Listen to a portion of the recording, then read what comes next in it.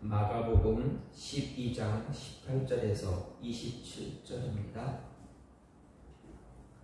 부활이 없다 하는 사두개인들이 예수께 와서 물어 이르되 선생님이여, 모세가 우리에게 써 주기를 어떤 사람의 형이 자식이 없이 아내를 두고 죽으면 그 동생이 그 아내를 취하여 형을 위하여 상속자를 세울지니라 하였나이다. 칠형제가 있었는데 마지가 아내를 취하였다가 상속자가 없이 죽고, 둘째도 그 여자를 취하였다가 상속자가 없이 죽고, 셋째도 그렇게 하여 일곱이 다 상속자가 없었고 최후의 여자도 죽었나이다.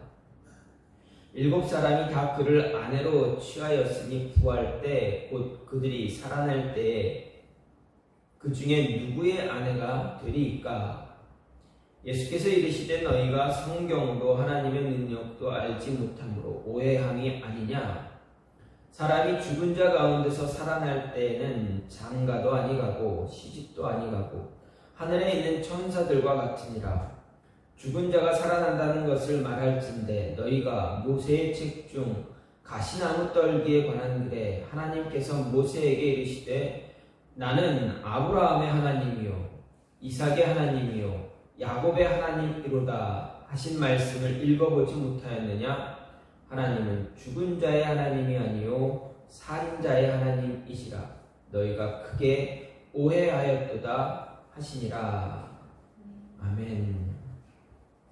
오늘 말씀 마가복음 12장 18절부터 27절 이 말씀은 예수님께서 고난주간 가운데 셋째 날 화요일에 있었던 그러한 사건 가운데 하나입니다. 앞절을 보게 되면 13절부터 17절 말씀을 보게 되면 어떤 일이 있었습니까? 바리새인과 헤롯 당원들이 예수님을 함정에 빠뜨리기 위해서 납세, 세금을 바치는 것이 맞습니까? 잘못된 것입니까? 라는 질문을 던집니다. 왜 그렇습니까? 바리새인들과 헤롯 당원들이 함께 나와서 세금에 관한 내용을 이야기한, 세금에 관한 것을 통해서 예수님을 함정에 빠뜨리려고 한 이유가 무엇인가 생각해보면, 세금을 내야 된다 하게 되면 바리새인들이 율법에 관해서 예수님을 올가매려고 했고, 세금을 내면 안 된다, 내지 말아라 한다면 헤롯 당원이 정치적인 이유로, 정치적인 목적으로 예수님을 올가매려고 했던 모습입니다. 그런데 예수님께서 어떻게 하십니까? 한 데나리온을 가져오라 이야기하시면서 그곳에 그려져 있는 것을 보라 합니다.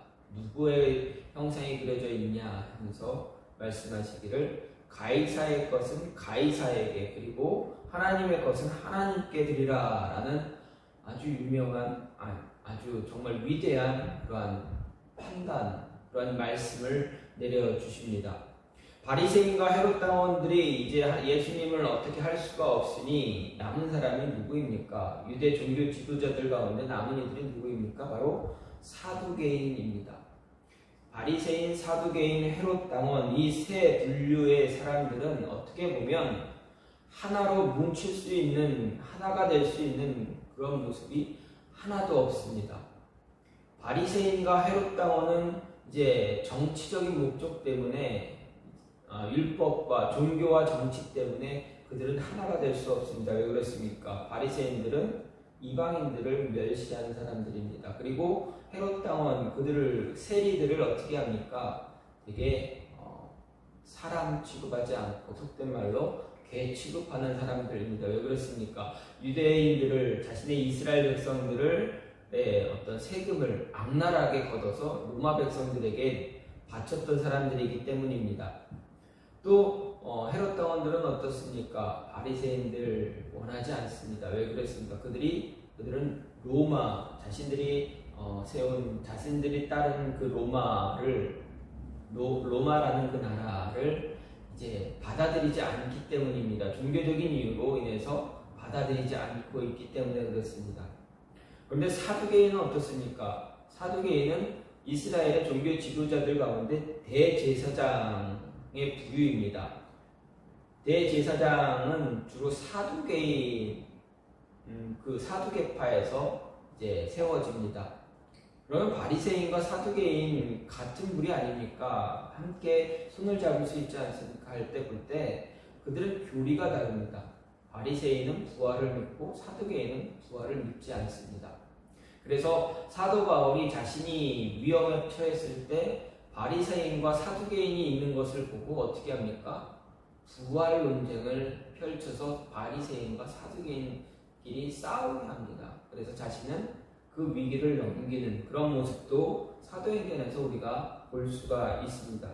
어쨌든 하나가 될 수 없는 이 세 부류의 사람들이 예수님이라는 공동의 목표를 세우고 예수님을 잡기 위한 계략을 펴니다. 그래서 세금 문제에서 빠져나간 예수님을 또 무엇으로 엮으려고 하는가? 부활에 관한, 율법에 관한 것으로 또 예수님을 올가매려고 합니다. 그 내용이 바로 오늘 말씀입니다. 칠형제가 있는데 마지가 결혼해서 아내와 여인과 결혼해서 아내가 있습니다. 그런데 아이가 없고 아들이 없고 죽었습니다. 이스라엘에게는 계대 결혼법이라는 게 있습니다. 무슨 이야기입니까? 오늘 말씀대로 장자가 첫째가 아들 없이 죽으면 둘째가 첫째 부인, 즉 형수를 취해서 이제 자손을 유지하게 번성하게 해야 합니다. 낳은 아들을 낳게 되면 어떻게 됩니까? 이제 형의 아들로 입양이 그런 모습이 됩니다. 이것을 거부했다가 하나님께 죽음을 당한 사람이 누구입니까? 우리가 잘 알고 있습니다. 야곱의 넷째 아들 유다의 아들입니다. 유다의 둘째 아들이 그렇게 했다가 그의 정직하지 못한 모습을 보시고 하나님은 그를 죽이셨습니다. 이런 법으로 인해서 이 7 형제가 한 여자와 다 결혼했는데 나중에 부활하면 누구의 여자가 되겠습니까? 누구의 아내가 되겠습니까? 라는 굉장히 어려운 질문을 예수님께 던집니다. 그때 예수님이 뭐라 이야기하십니까?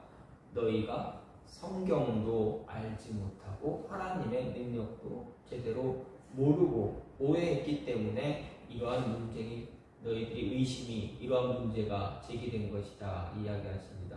그리고 그것을 확실하게 이야기하신 이제 부활 때에는 장가도 안 가고 시집도 안 가고 천사들과 같이 된다. 천사들과 같다 이야기하십니다. 그러면서 그 말씀을 그 증거를 무엇라 이야기하십니까? 모세 오경, 모세가 하나님을 시내산에서 만났을 때, 뵈었을 때, 그때 떨기나무에서 하나님께서 모세를 부르시는 장면을 말씀하십니다. 그러면서 나는 아브라함의 하나님이요, 이삭의 하나님이요, 야곱의 하나님이다. 이 말뜻이 무엇입니까? 이 말뜻은 하나님은 죽은 자의 하나님이 아니라 산 자의, 살아있는 자의 하나님이다라는 것입니다. 그렇다면 아브라함과 이삭과 야곱이 지금 살아있느냐? 살아있다. 그들이 하나님과 성부 하나님과 함께 있다라는 것을 이야기하고 계시는 것입니다. 그렇기 때문에 죽은 자의 하나님이 되지 않고 나는 죽은 자의 하나님이 아니라 산 자의 하나님이기 때문에 너희가 문제를 제기한 이 부활의 문제 아무 논쟁거리가 될 것이 아니다라는 것입니다. 어쨌든 이런 논쟁거리에서 예수님께서 말씀하시는 것은 살아있는 자, 너희들이 부활에 대해서 오해하고 있기 때문에 죽은 자의 하나님을 이야기하고 있다. 너희는 그 오해를 풀어야 한다라는 것입니다. 부활을 바르게 믿고 말씀을 바르게 믿고 부활에 대한 오해를 벗어버려야 된다. 그것을 벗어버리지 않으면 어떻게 되느냐? 부활에 관한 하나님의 말씀 진리를 알지 못하면 깨닫지 못하면 어떻게 되는가? 그 말씀을 오늘 말씀에서 이야기해 주시는데 먼저 불신자와 같다라는 것입니다. 너희가 하나님을 믿고 하나님 앞에 나와 기도하고 하나님을 찬양하고 말씀을 아무리 듣고 말씀을 아무리 공부할지라도 배울지라도 부활에 대해서 오해하거나 부활을 믿지 못하면 믿지 않는 사람, 예수님을 구주로 고백하지 않은 자와 별반 차이가 없다, 똑같다라고 말씀하시는 것입니다. 그래서 18절 말씀을 보면 부활이 없다는 사두개인들이 예수님께 와서 물었습니다. 이 말씀을 보면 사두개인들이 예수님을 찾아왔다라고 말하고 있는데 본문은 그들이 부활을 믿지 않는다는 사실을 더 강조하고 있습니다.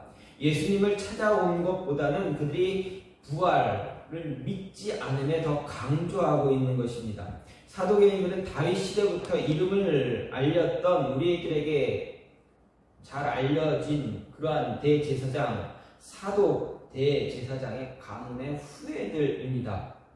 그들은 현실주의자였습니다. 유물론 사상을 지니고 있는 사람들입니다.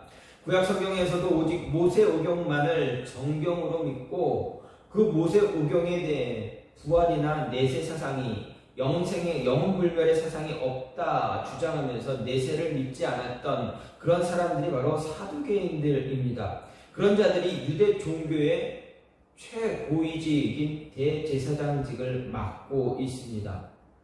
여러분, 이런 모습을 보면 무엇이 생각이 나게 됩니까?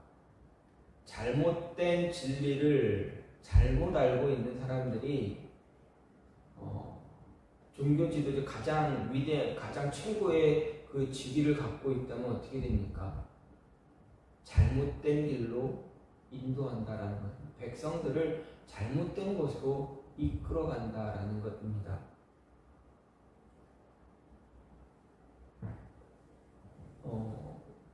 교회 가운데 교회에서 목사님이 목사의 직분을 받은 자가 하나님의 말씀을 오해하거나 잘못 이해해서 잘못 알고 더 공부하지 않고 더 배우지 않고 그냥 자신이 생각에 느낀 대로 이렇게 해서 가르치게 된다면 어떻게 하겠습니까? 어떻게 되겠습니까? 그 가르침을 받은 성도들은 어떻게 되겠습니까?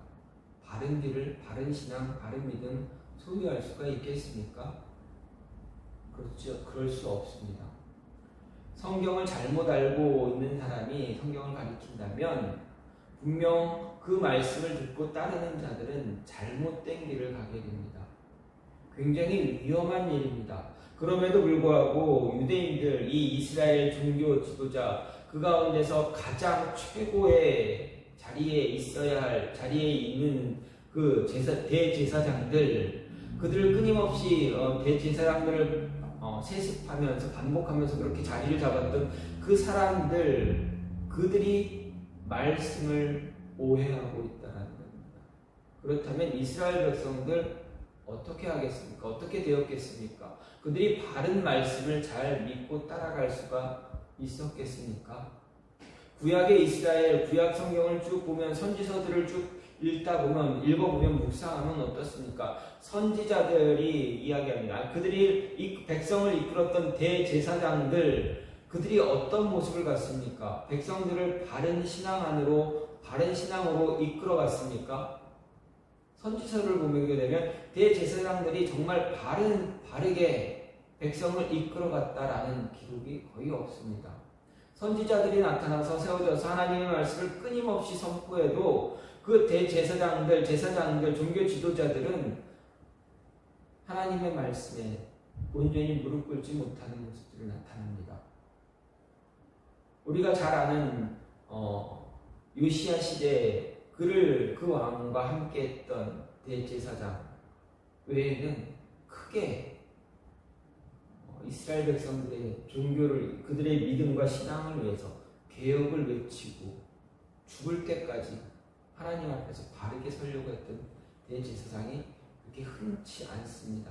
구약 역사의 이제 마지막 후반부에 들어서는 그렇습니다. 즉 지도자가 잘못된 말씀, 잘못된 신앙 갖고 있으면 믿지 않는 사람과 불신앙인 사람과 똑같다. 아니 오히려 어떻게 보면 더 나쁘다라고 이야기할 수가 있습니다. 왜 그렇습니까? 자신만 잘못된 길 가는 것이 아니라 따르는 모든 사람들을 잘못된 곳으로 이끌어가고 있기 때문입니다. 이 모습을 우리는 주변에서도 지금도 흔하게 발견할 수가 있습니다. 어디서 발견할 수 있습니까? 이단 사상에 빠진 분들입니다. 그러니까 우리가 기독교에서 이단이라고 존재했던 그들을 보게 되면 그들의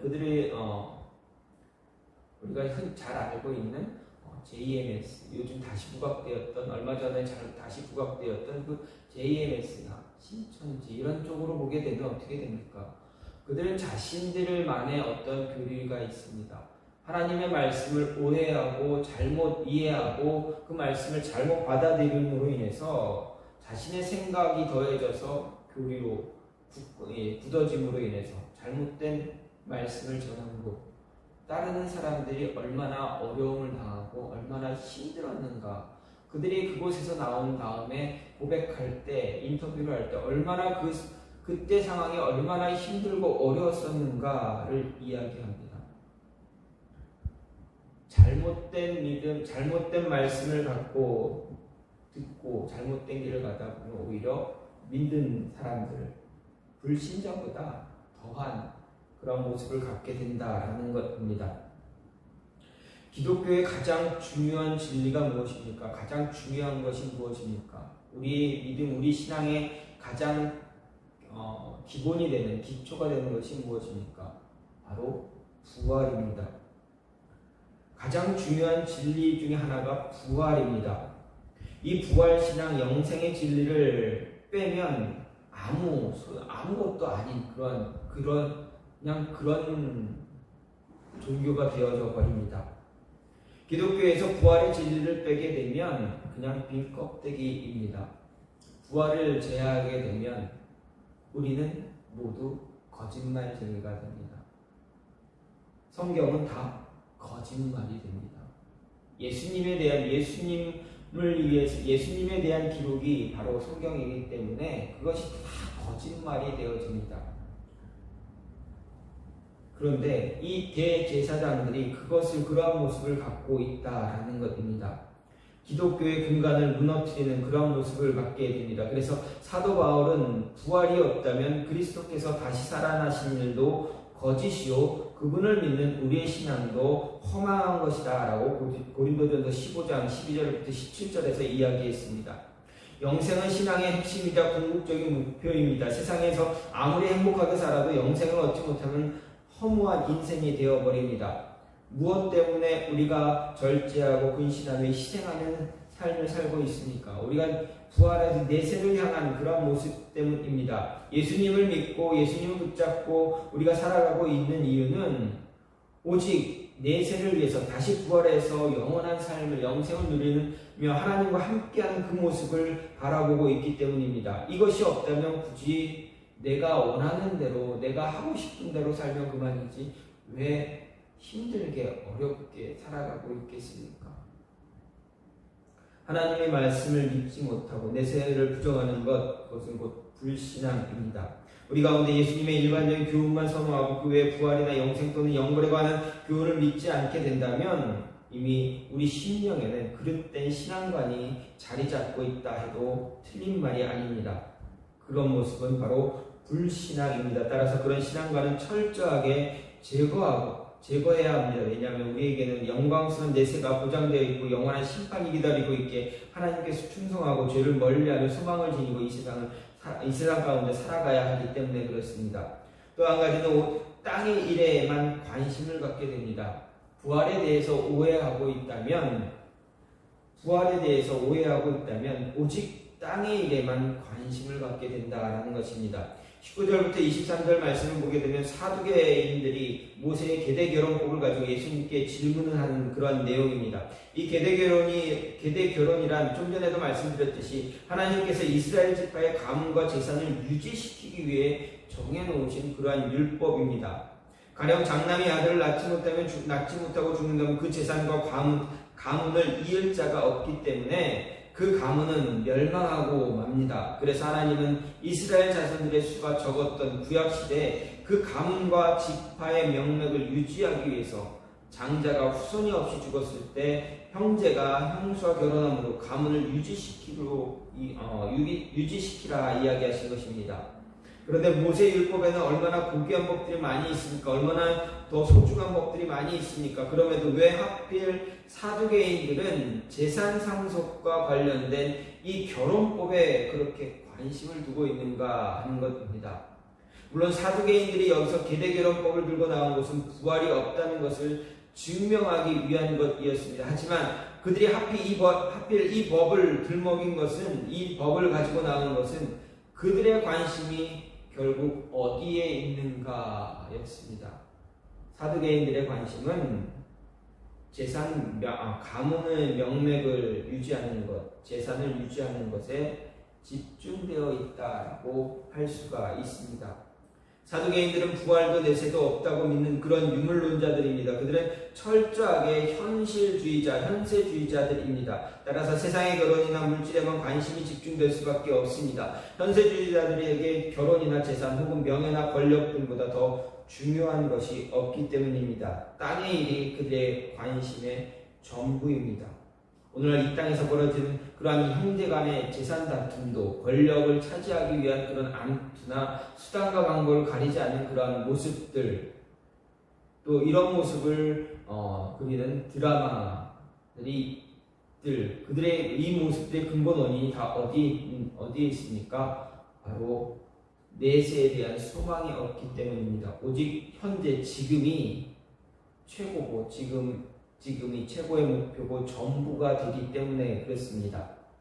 우리의 관심은 땅이 아닙니다. 땅의 것에 관심을 두는 것이 아닙니다. 우리가 가져야 할 관심은 땅의 것이 아닌 하늘의 것에 관심을 두어야 합니다. 부활과 영생 등 내세일에 우리의 인생을 초점을 맞춰야 합니다. 그래야 올바른 신앙을 유지할 수가 있습니다. 우리는 사두개파 사람들의 질문 속에서 온통 세상 일에 대한 미련과 애착에 가득한 그러한 사람들의 모습을 볼 수 있습니다.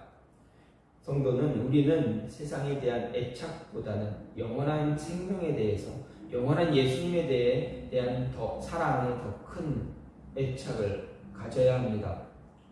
예수님을 향한 사랑이 우리의 마음을 가득 채우고 있어야 합니다. 그렇기에 사도 바울은 골로새서 3장 1절부터 3절에서 이렇게 이야기했습니다. 그러므로 너희가 그리스도와 함께 다시 살리심을 받았으면 위의 것을 찾으라. 거기는 그리스도께서 하나님 우편에 앉아 계시느니라. 위의 것을 생각하고 땅의 것을 생각하지 말라. 이는 너희가 죽었고 너희 생명이 그리스도와 함께 하나님 안에 감추었음이니라. 이렇게 이야기했습니다.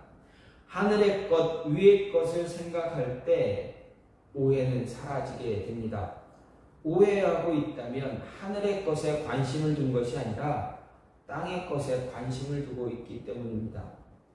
하늘의 것에 더 많은 관심을 갖는 여러분이 되길 간절히 소망합니다. 땅의 것에, 세상의 것에 더 많은 관심을 갖게 되면 진실된 진리를 온전히 믿을 수 없게 됩니다. 받아들이지 못하게 됩니다. 말씀을 들어도 그 말씀을 받지 못하는 어리석은 자가 되어버립니다. 마지막으로 진리를 알아가는데 힘쓰지 못하게 됩니다. 오해하게 되면, 부활에 대해서 오해하게 되면 진리를 알아가는데 힘쓰지 않습니다. 어떻게 해야 됩니까? 우리는 진리를 아는데 힘써야만 합니다. 26절 말씀을 보면 예수님께서 출애굽기 3장 2절부터 6절의 말씀은 부활과 영생의 진리를 가르치시는 그런 내용입니다. 그 말씀 속에서 하나님은 아브라함과 이삭과 야곱이 아직도 살아있는 존재다라고 가르쳐주고 있습니다.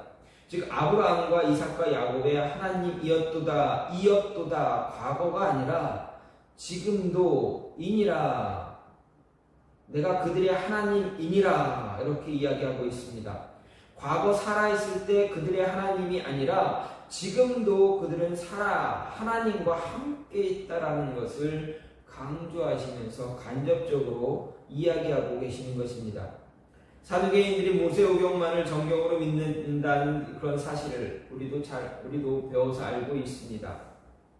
오늘 말씀을 통해서도 알게 됩니다.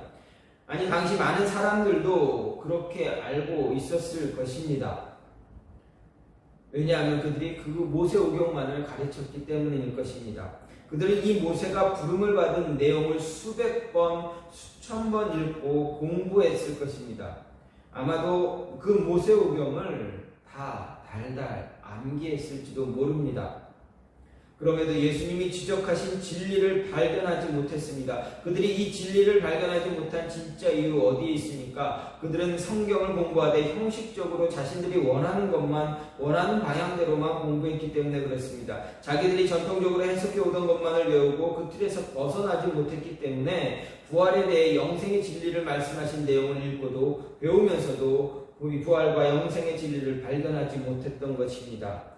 자신들의 세운 잘못된 틀, 그 틀 안에 머물러 있었기 때문에 모세오경에는 그런 사상이 없다라고 단정하고 있었습니다. 하나님 우리가 성경을 공부하되 진취적으로 할 것을 명령하셨습니다. 출애굽기 13장 9절을 보면 이것으로 내 손의 기호와 내 미간의 표를 삼고 여호와의 율법으로 내 입에 있게 하라 이렇게 말씀하셨습니다. 사두개인들은 그저 열심히 암기만 하고 선배들이 가르쳐준 것만 공부했기에 그 말씀의 뜻, 그 말씀 내면에 있는 진리에 대해서는 무지했던 것입니다. 수백 년간 모세오경을 읽었지만 그 속에 영생과 부활에 대한 증거가 있음을 깨닫지 못했던 것입니다. 따라서 성경을 공부하되 진취적으로 해야 됩니다. 성경의 생각의 틀에 박혀 있어서 자신의 생각의 틀에 박혀 있어서 무조건 외우기만 하고 암기만 하고 많이 읽었다고 해서 성경을 잘 알고 있느냐? 그렇지 않다라는 것입니다. 구슬이 서말이라도 깨워야 보배가 됩니다. 아무리 성경 말씀을 많이 암기하고 많이 읽었을지라도 그 말씀을 삶에, 신앙에 적용시킬 지혜가 없으면 아무 소용이 없습니다. 아무리 말씀을 많이 갖고 있어도, 많이 들었어도 그 말씀이 내 삶에서 일어나고 역사하지 못한다면, 그 말씀이 내 삶을 이끌어가지 못한다면 아무 소용이 없다라는 것입니다. 잘못된 뜻과 잘못된 말씀을 이제 들이밀면서 엉뚱한 이야기를 하게 됩니다. 외운 암기한 성경 말씀, 성경 구절을 이제 이야기하면서 적용하면서 잘못된 모습을, 잘못된 삶을 살아간다라는 것입니다. 우리에게 유명한 성경 구절들을 암기할 수 있도록 그렇게 하는 그러한 모습들, 구절을 뽑아서 이제 성구로 만들기도 합니다. 액자로 살기도 합니다. 암기해서 또 사람들에게 이야기해 주기도 합니다. 하지만 그 구절이 어디에 있느냐를 잘 보면 잘못된 구절을 분명 하나님은 심판에 관해서 이야기하는데 그 구절만 딱 띄어서 축복의 말씀이다라고 이야기할 때도 있다라는 것입니다. 문맥을 잘 보고 성경의 앞뒤를, 그 구절의 앞뒤를 잘 보아서 내가 말씀을 잘 적용해야 되는구나라는 것을 잘 깨달아야, 알아야 한다라는 것입니다. 말씀을 잘 알아야 말씀에 대한 오해가 없게 됩니다. 사두개인들은 무지했기 때문에, 말씀에 대해서 무지했기 때문에, 하나님의 능력에 대해서, 하나님에 대해서 무지했기 때문에 부활에 관한 이 논쟁을 가지고 예수님께 나와 예수님을 올가매려고 했다라는 것입니다. 예수님은 그것을 너무 잘 아시기 때문에 그들에게 바른 진리, 바른 가르침을 주십니다. 너희가 잘못 알고 있다. 잘못 알고 지금까지 잘못 가르치고 있다. 하나님은 죽은 자의 하나님이 아니라 산 자의 하나님입니다. 아브라함의 하나님, 이삭의 하나님, 야곱의 하나님, 그 하나님은 살아계시고 아브라함도 살아있고 이삭도 살아있고 야곱도 살아있다. 그 하나님이 바로 너희의, 우리의 하나님이다 라고 이야기해주고 있습니다. 진리를 잘못 알면 오해하게 됩니다. 진리를 잘못 알아 오해하게 되면 오히려 믿지 않는 자보다 더 큰 걸림돌이 될 수 있다라는 것 잊지 마시고 진리를 알아가는데 힘써야 한다라는 것입니다. 여러분 말씀 많이 듣고 많이 읽으시고 묵상하셨을 줄 믿습니다. 그 말씀 묵상하시고 묵상했던 그 말씀, 들으셨던 그 말씀들 잘 이해하시고 여러분의 삶에 잘 적용하셔서 살아계신 하나님이 여러분의 삶에 늘 함께 동행하시고 역사하시고 여러분의 발걸음을 인도해 주신다라는 것 또다시 체험하시는 그러한 한 주간이 되기를 간절히 소망합니다. 오늘 말씀을 보게 되면 예수님 사두개인들이 예수님께 나와서 부활에 관한 논쟁을 시작했습니다. 부활 논쟁을 시작한 이유는 그들이 진리를 배우기 위해서가 아니라 예수님을 올가매기 위해서였다라는 것 잘 기억하시고 부활에 대한 그 논쟁에서 예수님께서 가르쳐 주신 그 말씀 부활에 대해서 오해하지 말고 말씀에 대해서 오해하지 말고 잘 깨닫고 잘 배워서 잘 묵상해서 삶에 잘 실천하라라는 것 잊지 마시고 한 주간 동안 하나님과 동행하는 하나님의 간섭하심을 체험할 수 있는 여러분이 되기를 저와 여러분이 되기를 간절히 소망합니다. 다시 같이 기도하기 원하는데 하나님